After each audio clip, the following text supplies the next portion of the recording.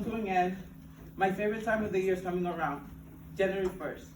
Although the usual weather for that day is my favorite to begin, I still love it because I love the idea of a fresh start.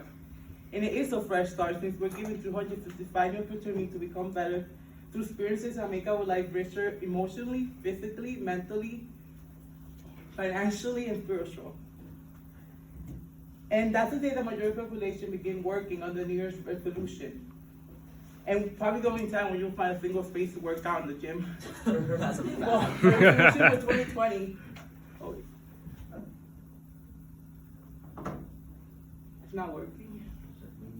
Yes, he needs a clicker. My resolution for 2020 to look like the obviously an unrealistic goal to reach in 1 year, and probably will result in me being part of the 80% that abounded the New Year's resolution by the end of January, according to USA News World Report. My goal today is to inform you guys how to make your New Year's resolution stick, and I will be covering how habits function and how to plan. Before we start, we need to understand how habit function. And the habit function, the first step, according to the book, The Power of Habit by Charles Douglas, MIT research discovered a 3-step neurological loop formed by experimenting with rat running maze. The first step is Oh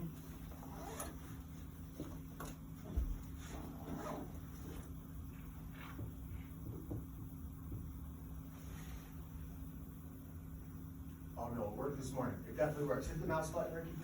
No, on the board, on the board. You want a clicker, bro? No, no, the board is. Step is the cue. So basically what trigger the brain to go automatic and prompt the behavior to occur. And then the second step is the routine. So basically that is the behavior that you do after you feel craving by the cue. And then the third step is the reward. It's basically what make the habit loop worth remembering. So like what you get after you do the behavior. Now, after we understand how habit form, we need to understand how can you change a habit. So to change a habit, you need to first identify the routine, and obviously the most obvious aspect is the behavior you want to change. It's probably the only one that you want to change when you wanna change like a habit. The routine is probably the only step you want to change. Then we are usually aware of craving that drive our behavior. But according to Charles Douglas, if we experiment with different rewards, we'll be able to identify the reward that we get when we crave something to do.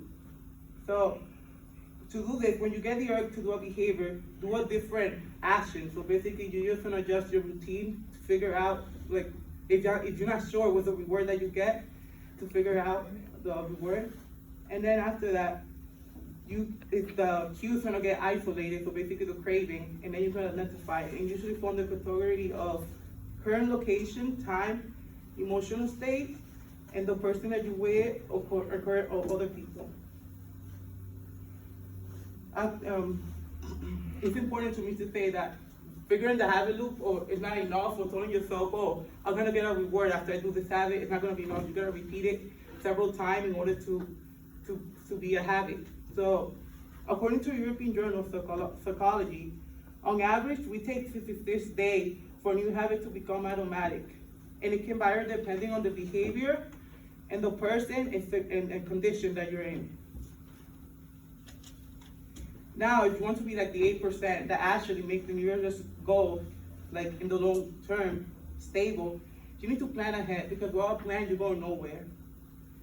According to learning, to begin, you choose one specific goal you want to work on in order to prevent feeling overwhelmed and giving up to your old behavior.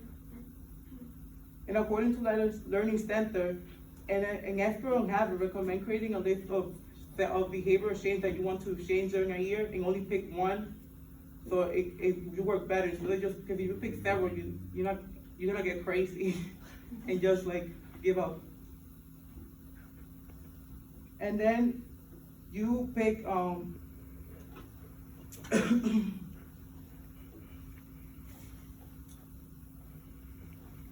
Also, you want to make the goal small, so you go from there. Because then if you begin big, it's gonna cost you to also give up. So for example, if you wanna become an active person, but you're currently inactive and you just basically in the couch, you wanna start by doing like 15 minutes or even less, like 5 minutes working out every day, and you go from there, so if on the long term you keep it. Also, and then you're gonna write your goals down. Next, you're gonna write down your plan. First, you're gonna write the specific goal you're working for, because this will make it feel more touchable, and it will serve as motivation too. In fact, a psychology professor at Dominican University in California conducted several research where he found that if you write your goal down, you're 42% more likely to achieve them in the future over if you don't write them. And then you're gonna pick a date that you're gonna begin, and from there we're gonna move to create a time frame with smaller goal, like with certain date, you feel like, oh, this day I wanna reach this goal, and this other day, and then you're gonna, this could serve like as a way for you to monitor your progress.